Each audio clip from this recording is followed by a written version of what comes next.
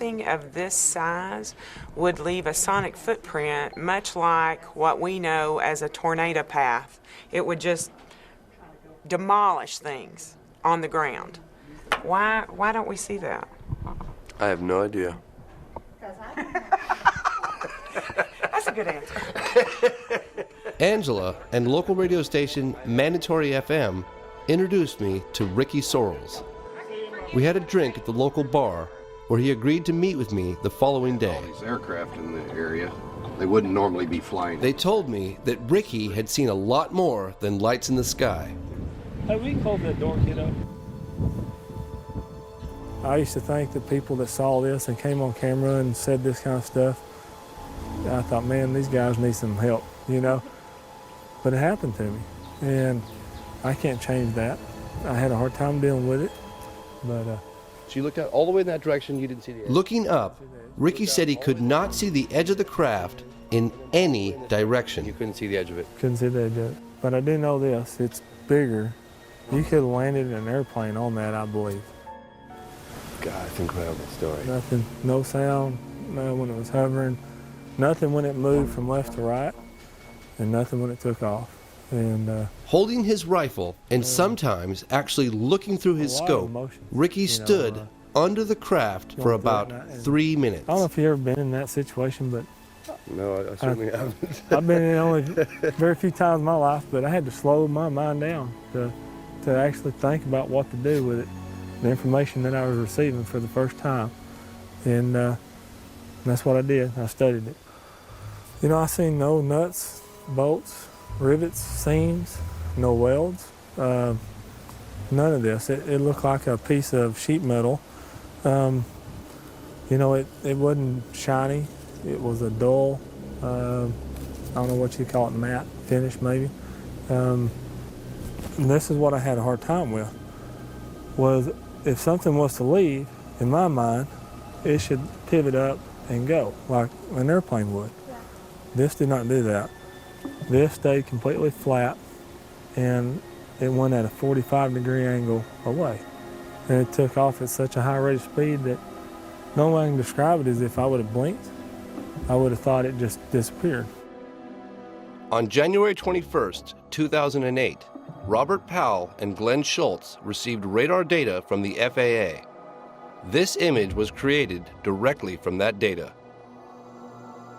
Each black dot, and there were over 140, represent radar confirmation of an unknown object whose flight path is seen heading towards Crawford Ranch.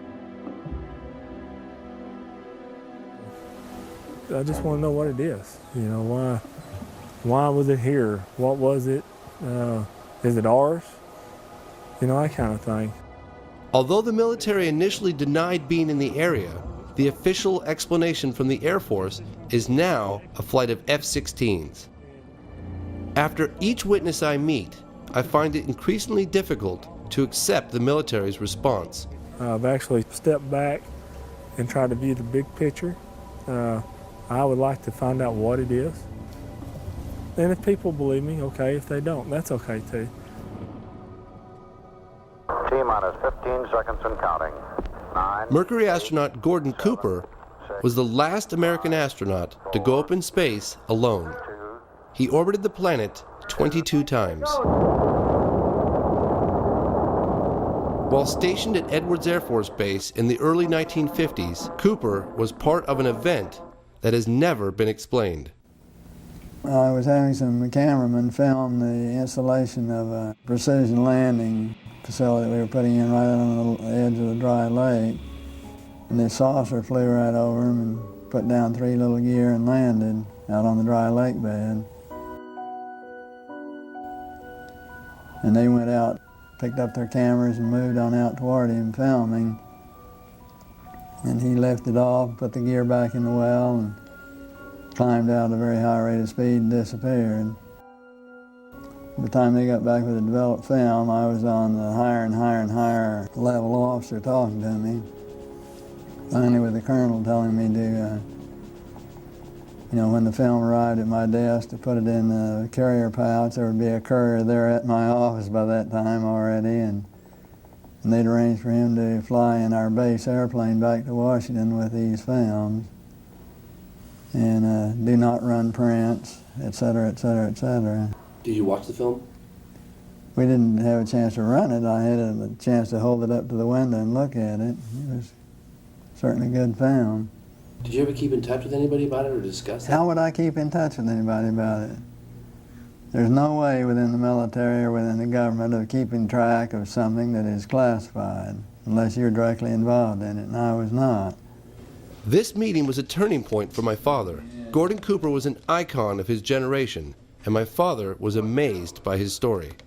At that point in time, there was no doubt in my mind that this vehicle was made at some other place than here on Earth. And it was, must have been extraordinary. yeah, well, Buck Rogers and Flash Gordon coming true. After the film was sent to Washington, it was never seen or heard of again. Look okay? I think Apollo 14 astronaut Edgar Mitchell was the sixth man to walk on the moon. He has met with people in military and government positions from several countries who have privately shared with him information about UFOs. Seem to be well-documented events that represent flying craft that do not match anything we have in an earthbound arsenal. I felt that Dr. Mitchell would know the reasons for secrecy. Why are we stonewalled? I can't answer that question. I think it's long past time to open this up to the public. But the best answer is probably because they don't know what to do about it anyhow. My father and I caught up with President Carter at a book signing in San Francisco. What happened to the UFO issue? What happened to The UFO issue.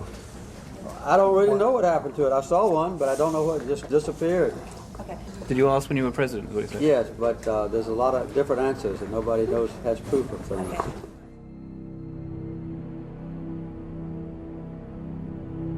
The question of secrecy has puzzled me for years.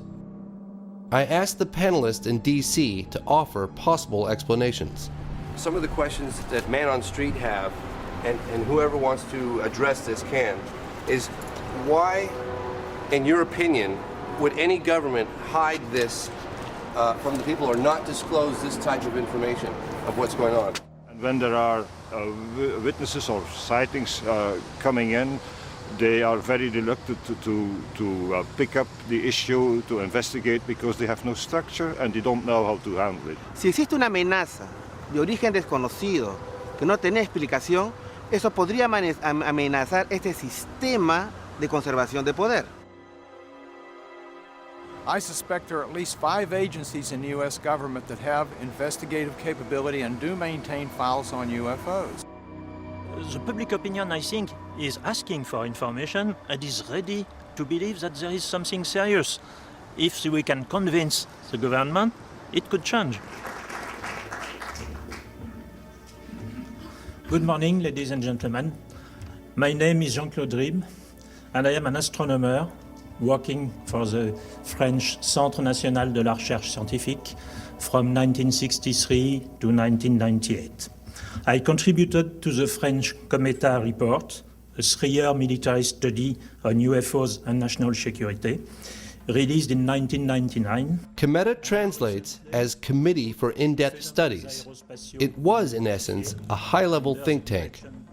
Cometa included such members as 4-star General Bernard Laurent, who was the former commander of the French Tactical Air Force and military counselor to the Prime Minister, as well as André Lebeau, former president of the National Center for Space Studies, and attorney-at-law Michel Algarin, director of the Cometa Group.